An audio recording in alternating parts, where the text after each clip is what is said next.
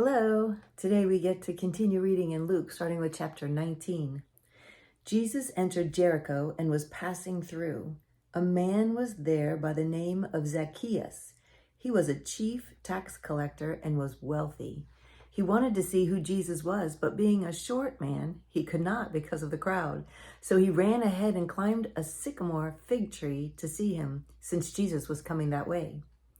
When Jesus reached the spot, he looked up and said to him, "Zacchaeus, come down immediately. I must stay at your house today." So he came down at once and welcomed him gladly. All the people saw this and began to mutter, "He has gone to be with the guest of a sinner." But Zacchaeus stood up and said to the Lord, "Look, Lord, here and now I give half of my possessions to the poor, and if I have cheated anybody out of anything, I will pay back 4 times the amount." Jesus said to him, "Today salvation has come to this house, because this man too is a son of Abraham. For the Son of Man came to seek and save what was lost."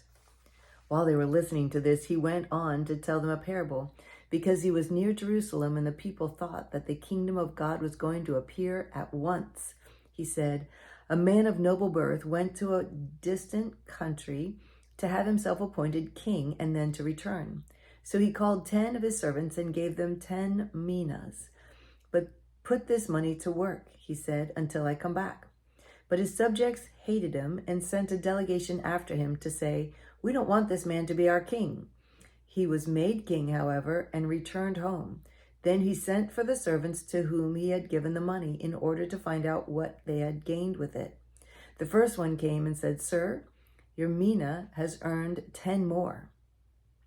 "Well done, my good servant," his master replied. "Because you have been trustworthy in a very small matter, take charge of 10 minas." Take charge of 10 cities. 10 minas for 10 cities.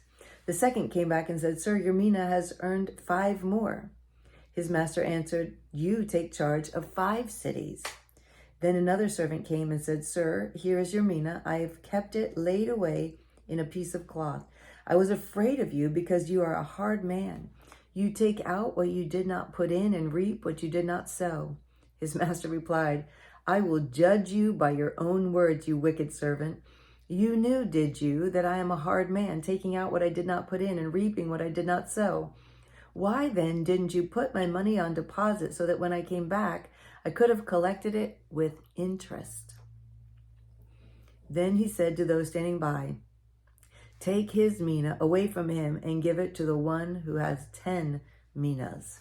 "Sir," they replied, "he already has 10. He replied, "I tell you that to everyone who has, more will be given. But as for the one who has nothing, even what he has will be taken away. But those enemies of mine who did not want me to be king over them, bring them here and kill them in front of me." Wow, it's harsh. After Jesus had said this, he went on ahead, going up to Jerusalem. And as he approached Bethphage and Bethany at the hill called the Mount of Olives, he sent 2 of his disciples, saying to them, "Go to the village ahead of you, and as you enter it, you will find a colt tied there, which no one has ever ridden. Untie it, bring it here. If anyone asks you, 'Why are you untying it?' tell him, 'The Lord needs it.'"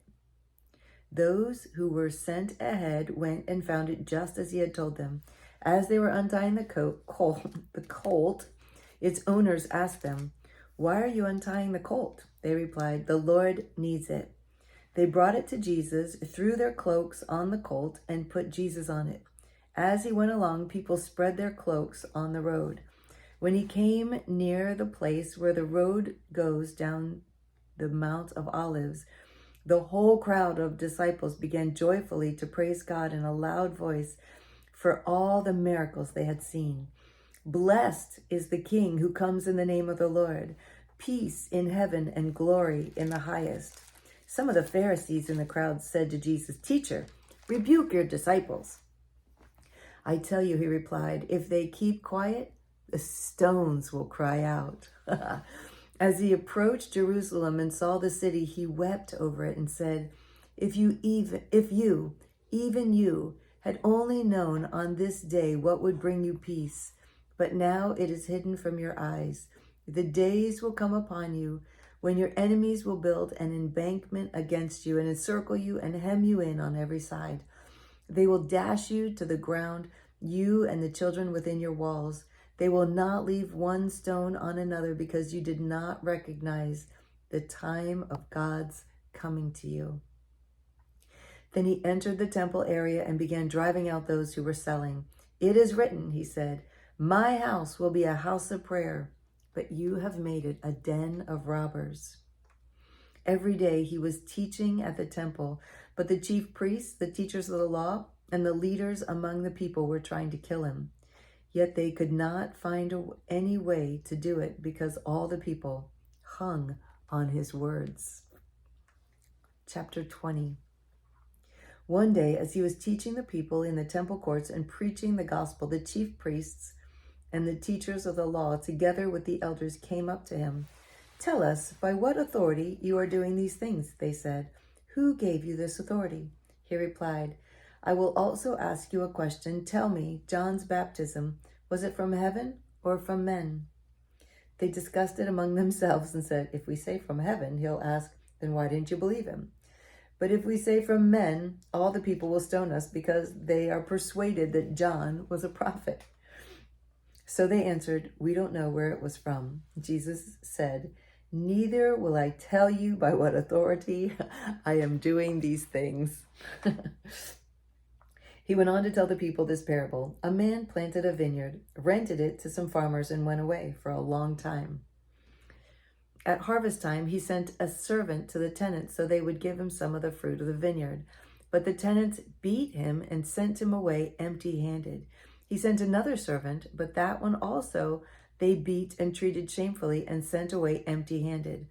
He sent still a third, and they wounded him and threw him out. Then the owner of the vineyard said, what shall I do? I will send my son, whom I love. Perhaps they will respect him.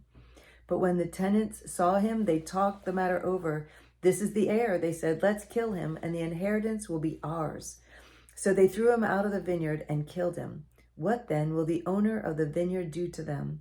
He will come and kill those tenants and give the vineyard to others. When the people heard this, they said, may this never be. Jesus looked diligently. He probably did look diligently, but that's not what it says. Jesus looked directly at them and said, then what is the meaning of that which is written? The stone the builders rejected has become the capstone. Everyone who falls on that stone will be broken to pieces, but he on whom it falls will be crushed. The teachers of the law and the chief priests looked for a way to arrest him immediately because they knew he had spoken this parable against them, but they were afraid of the people. Keeping a close watch on him, they sent spies who pretended to be honest. They hoped to catch Jesus in something he said so that they might hand him over to the power and authority of the governor.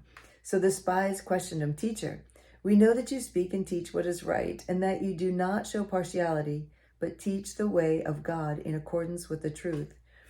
Is it right for us to pay taxes to Caesar or not? He saw through their duplicity and said to them, show me a denarius. Whose portrait and inscription are on it? Caesar's, they replied. He said to them, then give to Caesar what is Caesar's, and to God what is God's. They were unable to trap him in what he had said there in public, and astonished by his answer, they became silent. Some of the Sadducees, who say there is no resurrection, came to Jesus with a question. Teacher, they said, Moses wrote for us that if a man's brother dies and leaves a wife but no children, the man must marry the widow and have children for his brother. Now there were 7 brothers. The first one married a woman and died childless. The second and then the third married her, and in the same way, the 7 died, leaving no children. Finally, the woman died also. Now then, at the resurrection, whose wife will she be, since the 7 were married to her? Jesus replied, the people of this age marry and are given in marriage, but those who are considered worthy of taking part in that age and in the resurrection from the dead will neither marry nor be given in marriage, and they can no longer die, for they are like the angels. They are God's children, since they are children of the resurrection. But in the account of the bush, even Moses showed that the dead one, for he calls the Lord the God of Abraham and the God of Isaac and the God of Jacob. Oh, I said that all wrong. Let me just try that one again. I said it all backwards. Okay, I'm going to start at 34. The people of this age marry and are given in marriage, but those who are considered worthy of taking part in that age and in the resurrection from the dead will neither marry nor be given in marriage, and they can no longer die, for they are like the angels. They are God's children, since they are children of the resurrection.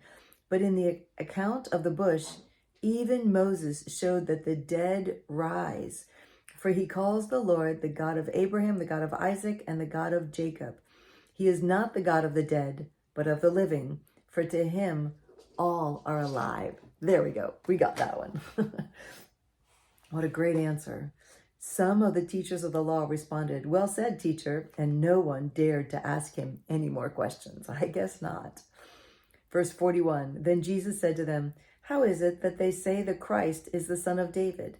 David himself declares in the book of Psalms, 'The Lord said to my Lord, sit at my right hand until I make your enemies a footstool for your feet.' David calls him Lord. How then can he be his son?" While all the people were listening, Jesus said to the disciples, "Be aware of the teachers of the law. They like to walk around in flowing robes and love to be greeted in the marketplaces and have the most important seats in the synagogues and the places of honor at banquets. They devour widows' houses and for a show make lengthy prayers. Such men will be punished most severely." Wow. Okay, so that's all for today. We'll pick up tomorrow in chapter 21. I love you.